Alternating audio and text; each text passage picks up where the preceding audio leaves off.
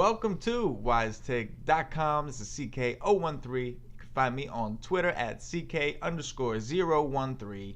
And yes, we are bringing you another NBA DFS podcast. It is Monday, February 13th, 2017. We've got an awesome 11-game slate going today. It's the day before Valentine's Day, so make sure you get it in tonight because tomorrow there's only a 3-game slate, so you have really no excuse not to take care of your significant other, whomever that may be. We got a lot to talk about today. First of all, hope you had a great weekend. I know I did. There was a pretty significant trade we're going to talk about in a little bit here. Before we talk about that, I wanted to talk about something that I found that I came across on Twitter. I think it was last night I think it happened throughout the day, and I happened to look at it last night. But I thought that it was very interesting. And basically, it was I believe he's one of the founders of DraftKings. And he got in. His name is Jonathan Aguilar, John Aguilar, whatever. On Twitter, I believe you can find him at John Jon Aguilar Agular, and basically he got into a Twitter debate over the late swap. He had made a joke about getting rid of late swap, and some of the DFS quote unquote professionals, and they are very good. They're just The reason I put it in quotes is because those are the guys that are publicized, right? There's a lot of professionals we don't know who they are. They're not on Twitter. They're not on anything. We have no idea who they are. And then there's the professionals who are publicized, and they go on the podcast and do all that. And it's great because I think that for the average players, it gives you an advantage. It gives you a little insight into their mind, how they think. So I think it's a phenomenal thing. They're teaching other people how to play, which is phenomenal. So I'm not trying to take anything away from those guys. Guys like Drew Dinkmeyer, all these guys, they're phenomenal. They're very, very good. You can learn a lot from them just from listening to them. You can pick their brains. So this isn't in any way, I'm not going after any of those guys. I appreciate what they do, and I think that what they're doing is great for the DFS community in general and for the industry in general. But the debate basically was the DFS quote-unquote pros were basically complaining that by taking away late swap from the NBA, you took away an aspect of skill from the game.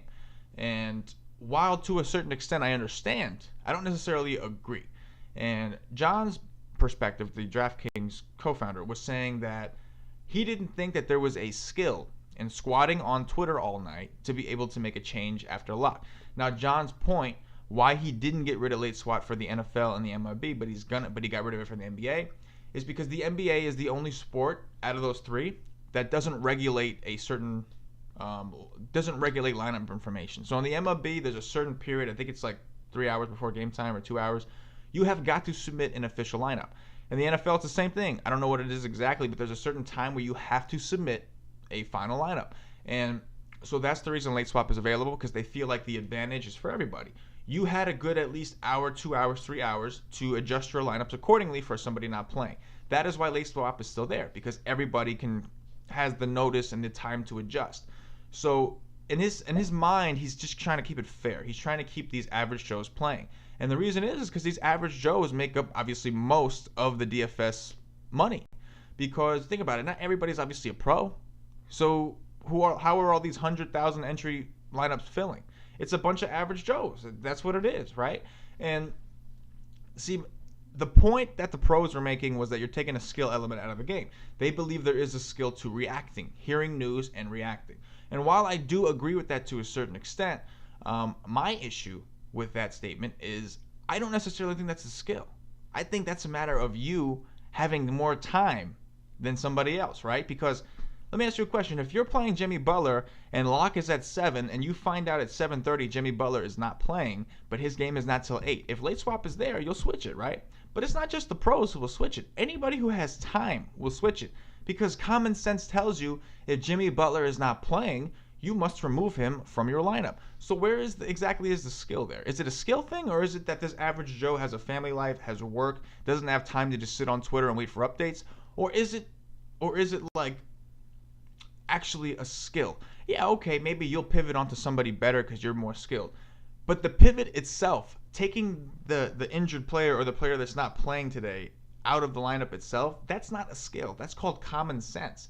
So I do understand why DraftKings didn't have it for the NBA.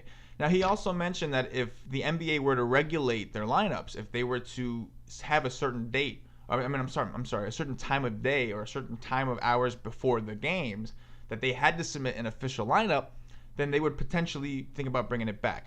And I understand that too, because the thing is, it's fair if we all have at least 1 hour. If we all have at least 1 hour to know that by this 7 o'clock clock, at least these 7 o'clock games, 7:30 games, we will have a lineup out.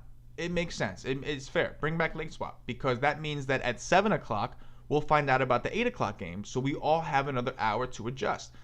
But if you're in a situation where you're finding out about a player not being available literally 2 to 3 minutes before lock, to me, there's no skill in making that adjustment. It's just you obviously had more time to sit on Twitter and follow these and wait for this news to come out. Whereas the average player maybe didn't. Maybe the average player had to take his kid to basketball practice, which was at 7 o'clock, so he had to leave at 6:30. There's all situations, but the bottom line is, if the pros want to keep eating, think about it. You're eating mostly off these Joes, right? And regardless of whether you're playing in their contests or not, the ecosystem at all, if you want DraftKings to survive, they need those average Joe players. So you are eating off the Joes, because there would be no DraftKings, there would be no FanDuel, there would be no anything if these common players, these average Joe players, weren't playing. And these quote-unquote fish weren't playing, right? If there's no fish, the sharks don't eat. That's the bottom line. So I do understand why DraftKings got rid of it for the NBA, and even though I personally have been burned several times by not having a late swap available, I understand, because I would have been able to probably excel to the top of these lineup sheets just by simply making a change that I had time to do and that maybe these other players didn't have time to do. So I completely understand why they got rid of it. Anyway, that's it for that rant. Before we go into the injuries today, I did want to talk about a trade. Mason Plumlee was traded to Denver for Nurkic. I thought that was interesting. I think the Trailblazers, from what I understand, they're trying to get rid of Plumlee's contract as he's a free agent, and they want to have some money freed up to spend this offseason. And I know Nurkic was looking to get out of Denver. He didn't like the fact that he wasn't playing, and Jokic obviously emerged as the guy. They tried playing them together a few times. It just wasn't working. And Denver thinks that Plumlee would complement Jokic very well in that front court, so I think it's interesting. Now, the big thing about the trade here affecting today is I don't think either of these guys are going to play, and if they do play, it can't be much. They don't know the system. They haven't played with any of these guys. They don't know their teammates. They don't know their coaches. So I would imagine that neither guy is going to play today, because both teams are playing. Both teams are actually playing today. So we've got Portland is hosting Atlanta. I would imagine that should open up some value for us, because either Myers Leonard, Ed Davis, or maybe even Aminu or somebody could pick up minutes at the 5. So you want to pay attention closer to lock and find out who's gonna start and who's gonna get those minutes, because those minutes have to go somewhere. And there's definitely some severe value, especially on DraftKings. They're all minimum priced. Myers Leonard and Ed Davis anyway are both minimum priced. Not Aminu, but we're going to have to pay attention to see what they do here. Aminu hasn't been starting, so it's a possibility they could put Aminu at the 4 and move Noah to the 5, or maybe Aminu will remain off the bench and they'll just start at Davis or Myers Leonard. I don't know. But you're going to want to pay attention to figure out who they're going to start there. I would imagine, I think Ed Davis would be a better matchup. They are playing Dwight Howard, so they're going to need a physical, tough guy down low. What concerns me is Myers Leonard. He doesn't appear to be that. I'm a little concerned he might get bullied by Howard, so they might have to go with Ed Davis. But Ed Davis recently came back from an injury, and they've been really, really easy on his minutes. He's been working in, I think, more the third rotation is when he's been kind of working in. So we got to keep an eye on that, because there could be some value opened up there. Anyway, talking about the injuries, Joel Embiid is expected to miss. It looks like he's been diagnosed with a very small meniscus tear, which is super scary for Philly. So I would imagine they're going to take it extremely, extremely cautious with the guy. Considering how good he is and how much better his team has gotten since he's actually been playing, I should say. Now, Jahlil Okafor is supposed to be traded, so he didn't travel with the team. There's a potential trade with Charlotte. Ironically, they're in Charlotte and they're playing Charlotte, so I think that's it. What that means for us is basically that we can look at Nerlens Noel. Noel's price isn't the greatest, I'm not going to lie, but he's certainly, if he's going to be their only option with him beat out and Okafor out, they're going to have to play him some minutes. And we were riding the train last time Okafor and Embiid were both out, and I think Noel had a lot of good games. So I certainly think Noel's in play with that news. Ilyasova, of course, is going to soak up some usage. He had a couple rough games, but I think this is a situation where he can do all right. I'm not too concerned about the Marvin Williams or Frank Kaminsky defense on him. On the flip side for Cody Zeller, on the flip side for Charlotte, Cody Zeller is also doubtful with his quads. He tried to play he tried to play a couple times and it keeps flaring up on him and he keeps having to leave the game. So without Cody Zeller, obviously Frank Kaminsky is your play, and he hasn't really. His minutes are there. His price has gone up a little bit, and you kind of just have to close your eyes and play him even at that price, just because he's their only option. I'm talking in cash games. Obviously in GPPs, if you want to pivot, you can certainly pivot because he's going to be super high owned. But in cash games, I don't see a way getting around someone like him and even Noel. The two of them, they're really the only options their teams have at centers, true options at centers. So I think that they should both see some decent minutes, and the price is around that mid tier. So I think it's interesting. Ramon Sessions is also out indefinitely with a knee against Philly, so I think you can. I'm not positive, but I would assume maybe Jeremy Lamb could soak up some of those point guard minutes, those backup point guard minutes. Jeremy Lamb backs up to 3, 2, and now 1, so he's a viable option to work in there in GPPs. I wouldn't trust him in cash just because they don't have to play him at all. They can choose not to. Obviously, Kemba Walker. Kemba Walker at home, real quick. I just wanted his price is extremely 7.6. Now he's been really really bad. Especially I think he's coming off one of the worst shooting games of his career. I would hope so anyway. It was that bad. I think it was like 3 for 15 or something like that. He shot horribly. And hey, he's at home. He's against Philly. Philly isn't the greatest team to target point guards against with McConnell, who is a decent defender, but it's Kemba Walker at home. So in GPPs at 7.6, I think you got to take the chance. I would certainly be okay with playing Kemba. Anyway, moving on. Thaddeus Young is questionable with a wrist against San Antonio. I've been playing a lot of Lavoie Allen, and he's really been hit or miss. He's not a guarantee. There's some nights where he'll take 12 shots, and there's some nights where he'll take 4 or less. So I think that it's an option, but it's not necessarily somewhere you have to go tonight. Aaron Gordon's questionable with that foot against Miami. I think for Aaron Gordon, it is a little more. Obviously, it's a little more weight. So without him, we've seen like Fournier and Ibaka get a big boost. Elfrid Payton has not been playing well, and he has not been really getting the minutes. They've been starting DJ Augustine a lot lately. So I wouldn't really go near the Elf in cash games. And GPPs, if you want to take a shot because he's so cheap, you can. But something's not right over there. They have an issue with something. But I think Fournier is a guy you can really look at, especially if Waiters doesn't play. Speaking of Waiters is questionable with his ankle. Against Orlando. I love playing Waiters. I talk about that every time just because, like I said, he said he's going to keep chucking. If you're going to keep chucking, I'll keep playing in my DFS lineups. This matchup is a little bit tougher against Fournier if he plays. If he plays, the matchup will be a little bit tougher against Fournier. However, I don't think that's going to stop Waiters from shooting. It just might prevent him from making a lot of them, but I still think he's certainly an option. If he plays. Fournier's defense lately hasn't been all that great, but we've seen pretty much all year he's done a pretty good job. So we'll have to keep an eye on that. If Waiters does not play, obviously you could look at Tyler Johnson, Dragic, James Johnson, and Whiteside to all pick up some more shots, pick up some more usage in his place. They have a matchup with, Orlando. So Dragic is certainly in a great spot. I think that James Johnson's spot is okay, but it might be a little tougher if he has to play some Ibaka, if he gets some Ibaka defense. Not that Ibaka I wouldn't classify him as an elite defender, but he's certainly a decent one, and he can make things difficult for him. So I don't necessarily want to go there. Whiteside's in a phenomenal spot. Now, what could Whiteside do? I don't know. The other day we saw him wake up a little bit, and then against Brooklyn he crapped the bed. Now, a lot of people were saying that Brooklyn's just a bad matchup for him, and the reason is because Brolo likes to play around the perimeter and he likes to take those outside shots. And what that does is it takes Whiteside up court, so it takes him away from the rim. And Whiteside is a player that he's not a three-point shooter, he's not a perimeter guy. He's your true big man. He needs to be down low to get those rebounds. He needs to be down low. So I think that that this is a situation where he's going to be going up mostly against Vooch, I would imagine, and Biyombo. And neither of those guys are really big on perimeter shooting. So those are guys that will be down low. They play more to his strengths. And Orlando happens to be one of the worst teams in the league DVP-wise against center. So I think Whiteside is in a phenomenal spot, especially if Waiters doesn't play. Quincy Acy is questionable with an ankle against Memphis. That's for Brooklyn. Let's see. Moving on. I think that's too big of a deal. Jay Crowder is probable. He missed a couple games for personal reasons. He's got a matchup against Dallas. So Crowder playing, you would think that would push Smart to the side. However, Jaylen Brown is questionable with a hip. So if Jaylen Brown does not play, if Jaylen Brown is unavailable, I think you could look at Marcus Smart. I think he's 5'5" on DraftKings, and he's been getting a lot of minutes. his minutes have really picked up since that altercation he had with the coaches on the Celtics benches, and this is a situation where he should play a lot of minutes at the 2 if Jaylen Brown is unavailable. Obviously, Bradley is still out, so that would mean that Smart would pretty much soak up not only the starting 2 minutes, but he would also get the backup 3 minutes behind Crowder. So I think that Smart could be a phenomenal cash game play if, and only if, Jaylen Brown does not play.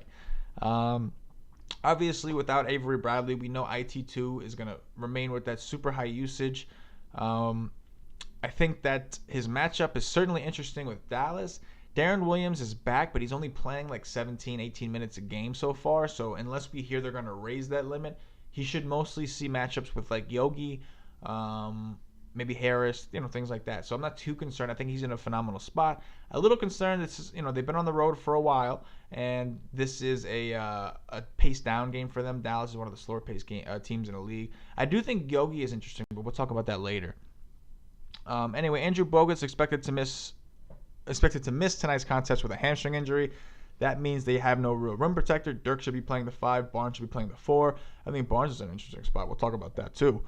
E'Twaun Moore is questionable for personal reasons against Phoenix. Terrence Jones is questionable with a thumb against Phoenix. And Alex Ijanka is questionable personal reasons as well against Phoenix.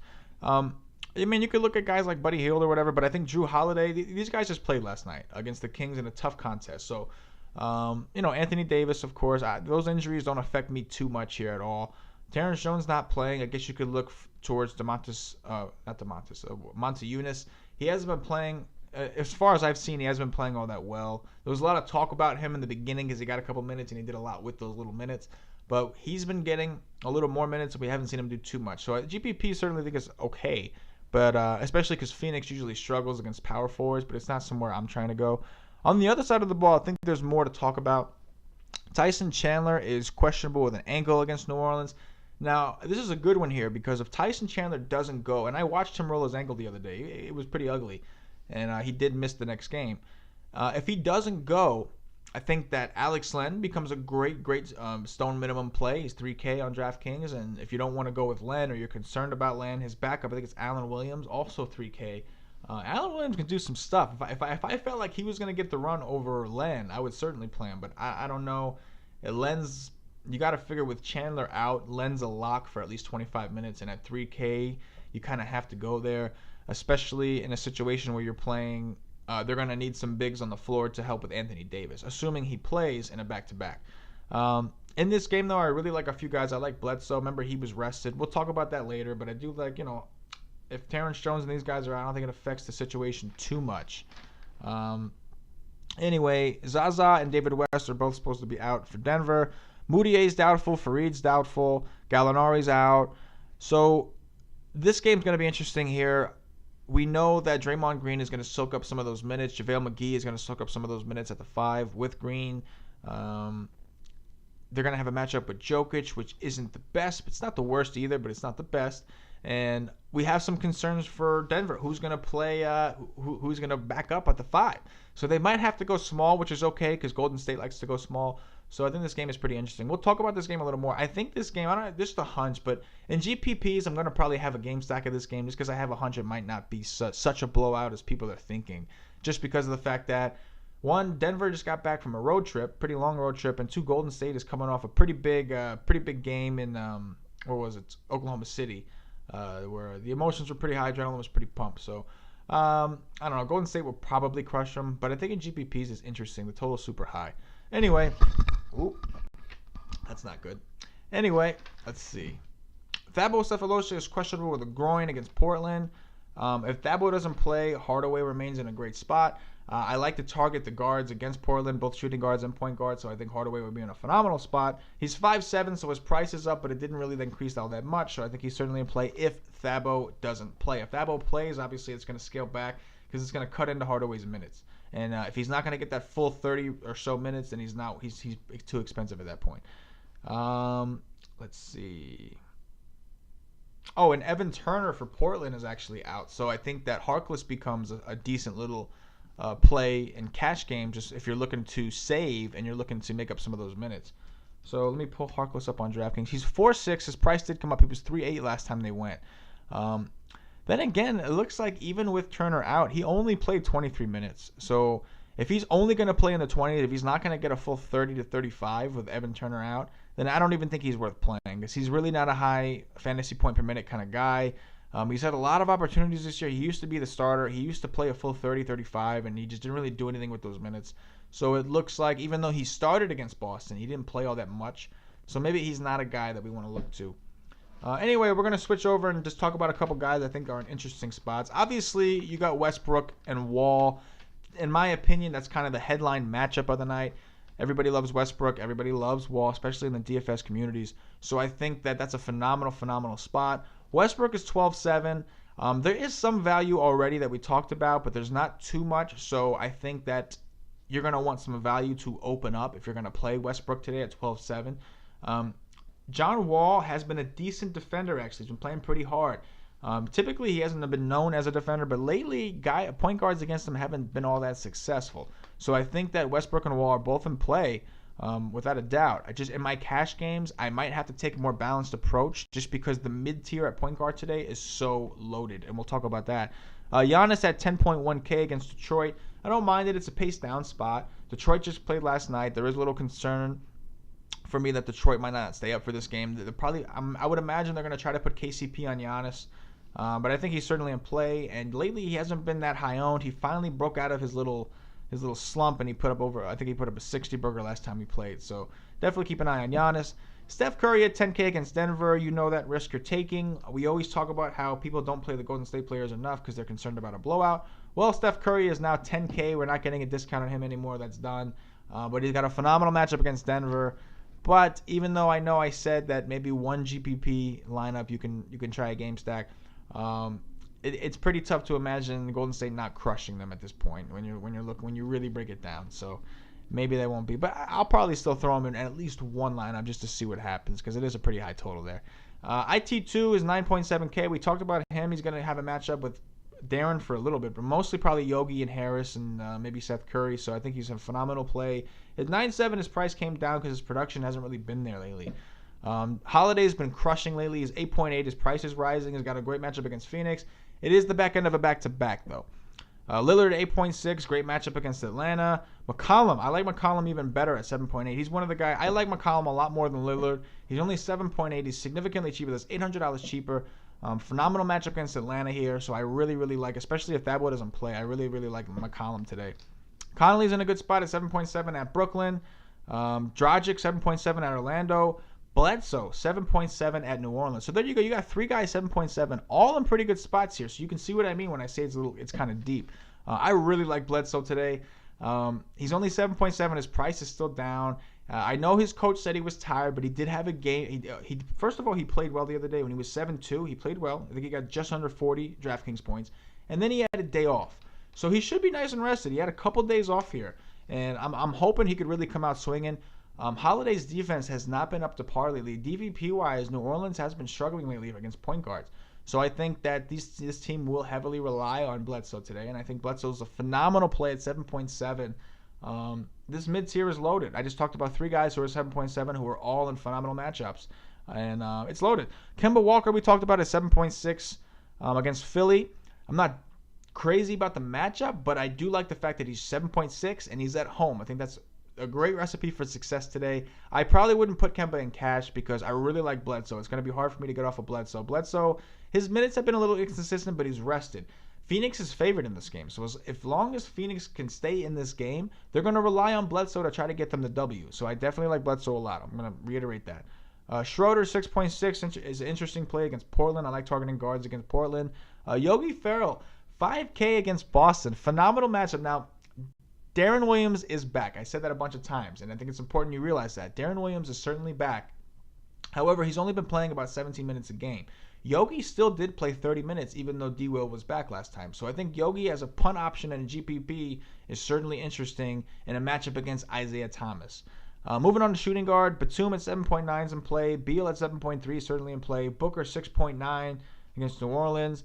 We got Waiters if he plays 6.7 against Orlando. Clay 6.7. Shooting guard, you can see here, it's like there's nobody that you're dying to play, but there's a lot of people that you can play. So that's very interesting. Will Barton, of course, 6.4. He's been crushing. Oladipo 6.3 against Golden State. I'm sorry, not against Golden State. Oladipo against, my mistake. Oladipo against Beal. I'm sorry. He matched up against Beal in Washington. I think he's certainly in play there. I'm not concerned about Beal's defense for sure. Although Beal, Beal is also in a good matchup. So the two of them together, both at shooting guards, should be interesting there. But obviously the mainstay. If you want exposure to the game, you could certainly go to those guys for sure. But obviously most of the people are going to want exposure to Walton and Westbrook, and I certainly get that. But yeah, Wesley Matthews, Fournier, Hardaway, we mentioned a good cash game play if Thabo is out. So there's a lot of guys. KCP's even in a decent spot. Wayne Ellington at 4.2 has been quietly crushing with Waiters out. If Waiters is out, I would definitely play Wayne Ellington in my cash games at 4.2. He's been getting a lot of minutes when Waiters is out. Moving on to the small forward position, we got Durant at 9.9, Kawhi at 8.9, Hayward 7.7. You got your top matchups, and they all have something going against them. So Durant, we worried about the blowout. Kawhi is coming off a 60 burger. Be prepared for the Spurs to rest somebody. I don't know for sure if they will. I didn't hear they would, but just be prepared in case, and be prepared to adjust, right? So if Kawhi's not playing, play LMA. If LMA's not playing, play Kawhi. If neither of them are playing, look for guys like David Lee, and if Tony Parker's playing, maybe him, although I doubt he'd be playing and those guys wouldn't. He's the one that usually rests the most. But anyway, just pay attention. Gordon Hayward's got a matchup with the Clippers. It sounds nice, but it's Utah. 7.7 is not going to kill you, though. Paul George is against San Antonio. That could make his matchup tough now. If Kawhi Leonard sits, Paul George's spot becomes really good. But if Kawhi plays, Paul George is going to have a tough matchup. Covington's in play against Charlotte. I think Otto Porter's in play against OKC, although Markieff Morris, I really like Markieff today at 6.8. I like to play him at power forward, but I think he's certainly in play against Oklahoma City today. Wilson Chandler's probable with an illness. We didn't talk about that in the injuries, but if he doesn't play, Barton's a lock. You're going to have to play Barton just because that's it. But if Chandler, you can still play Barton. He's still in a good spot. Don't get me wrong. But if Chandler plays, he's certainly a cash game option at 6.7. We've seen him play monster minutes. We've seen him have monster usage, and he's been playing a lot at the 4 with Fareed out, which Fareed is out. He's doubtful anyway. But I like Markieff, I like Porter, Covington. I like Barnes a lot today at 6K. He burned me last time. He probably had the worst game of his season last game. But I think going back to the well is certainly viable. He's playing the power forward position with Bogut out. We've seen Dirk at the 5, Barnes at the 4. So I think everything is viable today. TJ Warren at 5K certainly in play. Dario Saric has been crushing. Keep an eye on this dude. His price is creeping up, but he's been quietly crushing for Philly down there. So keep an eye on him. Michael Beasley at 4.7 against Detroit for Milwaukee. He's been seeing a lot of minutes with Jabari out. So he's cheap. He's not a bad player. Check out his fantasy projected points per minute. You can check that out on WiseTake.com. If you're a member, you can check that out for free. And membership is obviously free. So keep an eye on that because he's been soaking up a lot of minutes. And then, of course, Bazemore's in play at 4.8. Moving on to power forward, Blake Griffin's in a great spot against Utah, but it's a pace down spot, so I don't think I want to pay 9K for that. Draymond certainly in a good spot. Millsap, I really like Millsap today against Portland at 7.6. I think he's a phenomenal play today. We talked about LMA a little bit, Ibaka, James Johnson. Kaminsky, we talked about that cash game play. Ilyasova, we talked about Noel, another cash game play. Those guys certainly are going to be guys making my cash lineups. And then finally we got center, Anthony Davis, 11K. Pace up spot seems like a great spot. I don't like playing these big guys on back ends of back-to-backs, especially a guy like Anthony Davis who's already injury prone. So I think 11K is a little too high for me today. But listen, if you play him, I certainly get the merit completely. He's a phenomenal player. He crushed last night. He could probably crush tonight. This is a great spot for him to crush tonight, especially without Chandler. If Chandler doesn't play, they'll have no rim protector. So that makes Anthony Davis' job a lot easier. Jokic at 9.2. I think he's GPP only today. I wouldn't trust him in cash, just because of that blowout factor and the fact that they're returning home after a long road trip over on the East Coast. And so I'm a little concerned about the Denver guys today. But Jokic and GPPs, I've already told you one of my GPP lineups will consist of a stack of this game just in case it stays close. Whiteside, I think, is a phenomenal play. He's only 8-1. I think that's super cheap for him in this situation. Drummond is 7-9. I don't want to play him on a back end of a back-to-back, but he's certainly in play. He's going to have a pretty good matchup. Milwaukee's been pretty bad against centers lately. Vooch at 7.1. We got Marc Gasol at 7.6 against Brooklyn. Vooch at 7.1 against Miami. Both of them are in great spots. Howard at 6.9 against Portland, who doesn't have a center anymore, at least for the time being. Phenomenal spot. Adams at 6K with Cantor out. They have him and Joffrey, but Adams has been getting ridiculous minutes. He's only 6K. Alex Leonard 4.5. Ed Davis at 3K. We have some value there. So we have a lot of ways we can go tonight. A lot of different ways. The trick of it is going to be which way you go and how to get the balance. I think it's a great GPP slate. I'll be playing cash today because I think, especially with some news that'll break out later, I think we'll have a better idea of how to construct what. But anyway, that's going to do it for the game-by-game breakdown. If you're not a member of WiseTake.com, please go to WiseTake.com and register today. Membership is free. You get access to our free NBA projections, our cheat sheets. We have all kinds of tools up there, NBA odds charts, DVP charts, etc., pace charts. And of course, you get access to our forums, which we're really trying to get that going. We're going to start bringing some guests on these podcasts. We have one lined up for Wednesday's show. I'm not going to tell you who that is until it's confirmed. Hopefully, I'll be able to let you guys know by tomorrow, on tomorrow's podcast, what that is. Please do me a favor. Go to facebook.com/WiseTake. Like the page there. If you like this video, please hit that like button on YouTube if you're watching on YouTube. If you're listening to the podcast on Podbean, obviously, if you're watching on YouTube, subscribe to the channel. If you're listening on Podbean, give us a follow. Give us some feedback over there. If you're listening on iTunes, subscribe to us on iTunes. Leave us some reviews. Bump us up those charts. We're trying to do something nice here if you enjoyed the podcast. That's all we ask. We keep it free. We just ask for that. Obviously, you can find us on Twitter, at the WiseTake Twitter, at @wise_take. All website updates, things like that. We have some interesting memes. We're on Instagram, instagram.com/WiseTake. So we definitely have we're everywhere. We're everywhere. There is no excuse for you not to reach us. So reach out. Don't be a stranger. Be a friend and reach out to us over there. That's going to do it for us today. Hope you enjoyed this podcast. The first one back after a weekend is always exciting. There's always a lot to say, and there's never enough time to say it all. But we did the best we could. We tried to get through it. So that's pretty much it. This is CK013, and as always, good luck.